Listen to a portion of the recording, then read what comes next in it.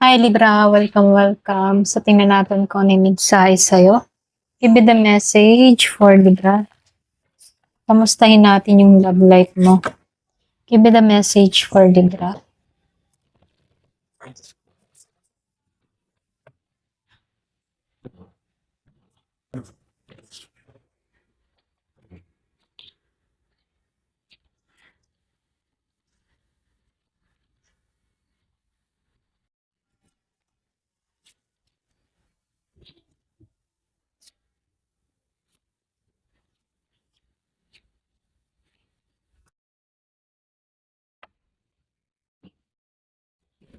So dito no, Libra, meron nung nakikitang mga hamon or pagtatanggol sa puso mo dito no. Para bang may pag-aalinlangan ka dahil sa mga nakaraan or takot sa sarili mo or yung takot sa sakit, ganon. Kumbaga, meron kang naranasan before na masakit na experience, ano.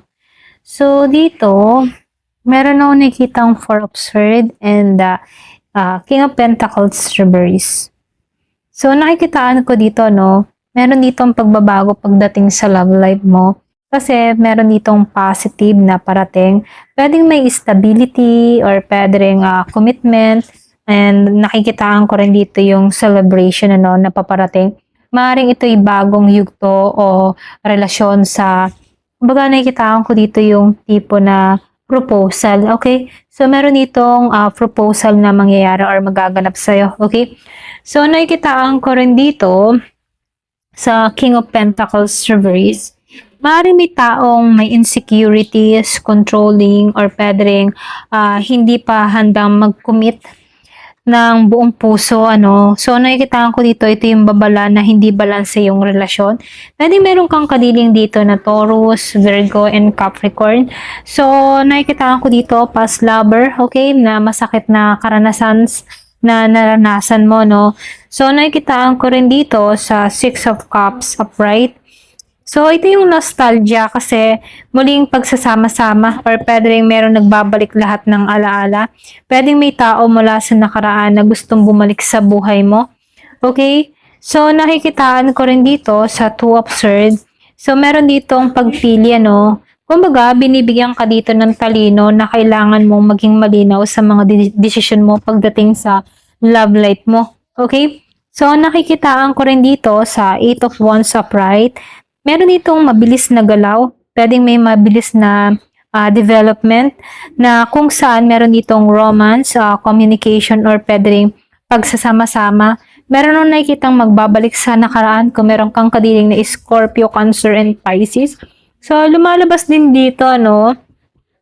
Sa Three of Swords dito, so, nakikitaan ko dito, meron ditong heartbreak or pwedeng nakaranas ng disappointment, okay?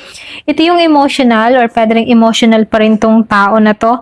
Kumbaga, kailangan mong, or pwedeng ikaw, energy mo to, no? Meron ditong nakakaranas ng heartbreak, disappointment, or pwedeng emotional pain na kailangan harapin bago mag-moving on, okay? So, nakikitaan ko rin dito sa Knight of Wands upright. So, meron ditong exciting na mangyayari. Kumbaga, meron nung nakikitang passion, adventure, or pwedeng bagong romantikong pagkakataon dito, no? So, kung meron kang kadiling or pwedeng new person to, bago, renewal. So, meron nung nakikitang Year of the Horse, Aries, Leo, Sagittarius, kung meron kang kadiling na ganito. So, dito, nakikita ko rin dito sa Two of Wands reverse, ano, meron lang mga konting delay sa paggawa ng mga desisyon or pwedeng pag-commit sa mga bagong love path, ano. So, nakikitaan ko rin dito sa Three of Pentacles reverse. Meron akong nakikitang kulang sa teamwork. Pwedeng meron ka ditong kadiling na kung saan ano, hindi nakikipag-cooperate sa iyo. Okay? Kumbaga, merong misunderstanding na nangyayari pagdating sa relationship, ano. Pwedeng warning na hindi pagtutulungan or pagkakaisa rito. Okay?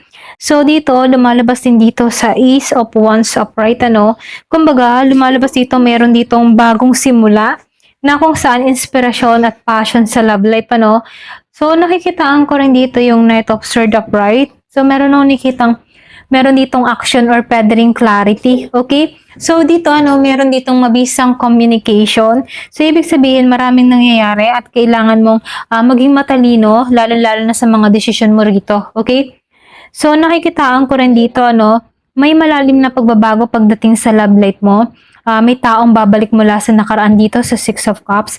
Pero kailangan mo rin bitawan yung mga nakaraan dito, ano, sa Eight of Cups and the Three of Swords.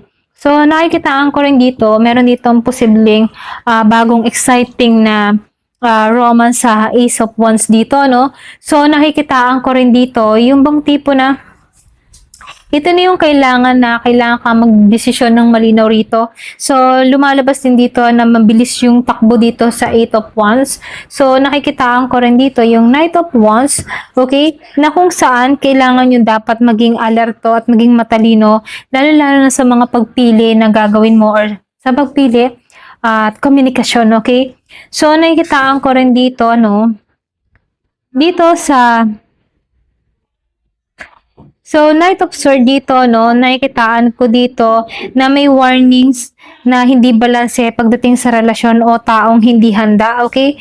So, nakikitaan ko rin dito, meron ditong pinagpo-focus muna sa sarili or pwede rin sabihin, yung pinaka-tips para sa'yo, mag-focus ka sa sarili mo, emotional, healing, at clarity bago ka pumasok sa panibagong connection ano, or panibagong romansa. Kapag handa ka na, dadating yung taong magbibigay sa'yo ng excitement at stability. Okay? Na sabay. Okay? Ayan, ito lang yung nakikita ko. Thank you for watching. Love and peace.